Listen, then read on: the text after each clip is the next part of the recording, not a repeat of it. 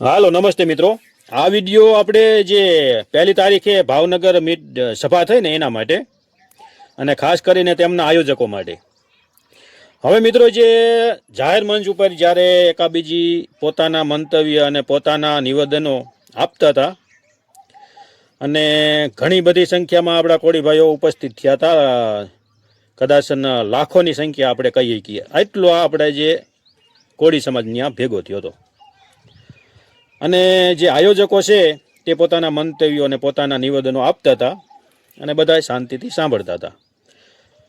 પણ પછી છેલ્લે મેં જે દ્રશ્યો જોયા એટલે જે આપણા સમાજના જે સભા હતી એ આખી સભાના મનમાં બધાને એક જ વિચાર મને જાણવા મળ્યો અને જે છેલ્લાના દ્રશ્યો જોયા ને એ પછી મને બહુ દુઃખ થયું। એટલે હું આજ કાલનો દી આખો દી વયો ગયો અને આજ મારે વિડીયો બનાવવો પડ્યો, કારણ કે આ કહેવું પડે એવું છે, મારા મનમાં ઘણું બધું આમ ઘૂંસાવણું થઈ ગયું।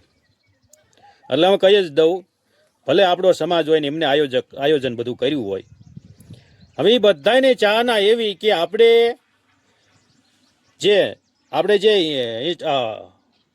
સોશિયલ મીડિયાના ઇન્ફ્લુઅન્સ છે, જે સોશિયલ મીડિયાના સ્ટાર છે અને જે સોશિયલ મીડિયામાં જે માહિતી આપે છે, ખાસ કરીને એમને જોવા અને સાંભળવા આવેલા આવા બધાના સ્ટોન દેખાતા અને છેલ્લે જાહેર પણ થયું। પછી કાર્યક્રમ પૂરા થવાના સમયે જે મેં જોયા આપણો સમાજને, આપણા કોળી ભાઈઓને, એટલે મને બોલાવીને કાળુભાઈને બોલાવે, ફલાણા ભાઈને બોલાવે, મને બોલાવે, પિન્ટુભાઈને અને ચિરાગભાઈને તે મેં બોલવામાં એક આપો। પછી મેં હોતને રજૂઆત કરી, ચિરાગભાઈને મેં કીધું બોલવાનું, પણ પછી મને એવો અનુભવ થયો ને એવી વાત મળી કે આ જે સોશિયલ મીડિયા જે વર્કર છે, જે આપણે શૈલેષ મેર હોય, પિન્ટુભાઈ હોય કે ચિરાગ ઝાલા હોય, આ લોકોને બોલવા દેવાના નથી।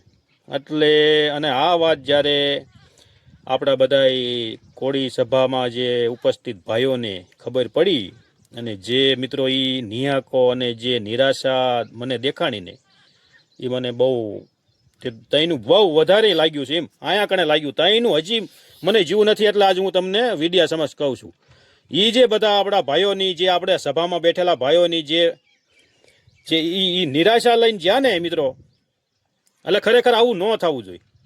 આ લોકોને જે આયોજકો છે એમને ખાસ હું કહું છું, જે કાળુભાઈ જાંબુચા કરીને ઘડીક થઈને માયો હાથમાં લઈ અને કે એમે ફલાણા આટલો ખર્ચો કર્યો ને આટલો ખર્ચો કર્યો ને, તો આજે હું આપણા કોળી સમાજના ભાઈઓ તરફથી કહું છું કે આખી લાખોની સંખ્યામાં આજે બધા ભાઈઓ આવ્યા હતા, એ કંઈ ઉડીને કે અહીંયા કને પાદરા પ્રગટ નતા થઈ ગયા, એ પોતાના ખિસ્સામાંથી પેટ્રોલ ડીઝલ બાળીને આવ્યા હતા અહીંયા। તો એ તમને કાંઈ દેખાણું નહીં, એમે આટલો ખર્ચો કર્યો અને છેલ્લે જે જોવા આવ્યા હતા, જે આપણા ભાઈઓ જોવા આવ્યા હતા, જેને સાંભળવા આવ્યા હતા, એને તો તમે માયક દીધું નહીં ઠામું કોઈ। એટલે આવા આપણે ભયુમાં ઉઠીને, ભયુની જ સભા હોય, ન્યાય સભા, અને એમાં ઉઠીને તમે આવા કાવતરા કરો, એટલે ભૂંડા લાગો ધરાઈને તમે। આ હારી વાત ન કહેવાય એમ। જો અહીંયા આપણા ભાઈઓ આવનારા બધા નિરાશ થઈને જતા હોય તો આ સભાનું કારણ જ શું, મારું તો એટલું જ કહેવાનું। અને મેં એ બધાના મોઢા જોયા છે અને બધા એ બોલતા એ પણ સાંભળ્યું છે કે એમે પિન્ટુભાઈને, ચિરાગભાઈને એ લોકોને સાંભળવા તમે માયક દો। એખલ મેં પિન્ટુભાઈને એક જ વાર કીધું હતું, મેં કીધું પિન્ટુભાઈ ખાલી એક થોડોક હાથે ધીર કરો। પિન્ટુભાઈએ ખાલી આમ કર્યું ને તો બધાએ હૈદેરાત કર્યો હતો, તા તો તમે લાઇટની ફોસ રાખીને આમ કરો ને તેમ કરો ને, પણ એ બધા વાટ જોતા હતા કે આ પિન્ટુભાઈ, ચિરાગ ઝાલાની બધાય બોલે, જે અહીંયા મહંતો હતા એ બધાય બોલે। એટલે આ વેદના છે મિત્રો, એ તેદુની મને જે મગજમાં બેસી એ મેં તમને વ્યક્ત કરી।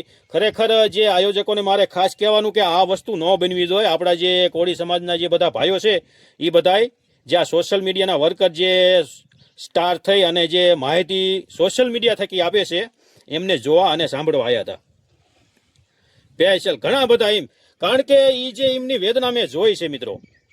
એટલે હું કહું છું, આ જે બધા ભાઈઓની વેદના રહી ને મેં જોઈ અને મેં સાંભળી પણ છે। એટલે હું વધારે તો હું કાંઈ નથી બહુ કહેતો, પણ ખાસ કરીને કાળુભાઈ જાંબુચા, આવી સભા ન હોવી જોઈએ. અને સભા કરો, આ સમાજની જ સભા હતી, તો દરેક વ્યક્તિને બોલવાનો અધિકાર હોય અને દરેક વ્યક્તિ એમાં બોલી શકે, એમાં કોઈ પાબંદી ન હોય.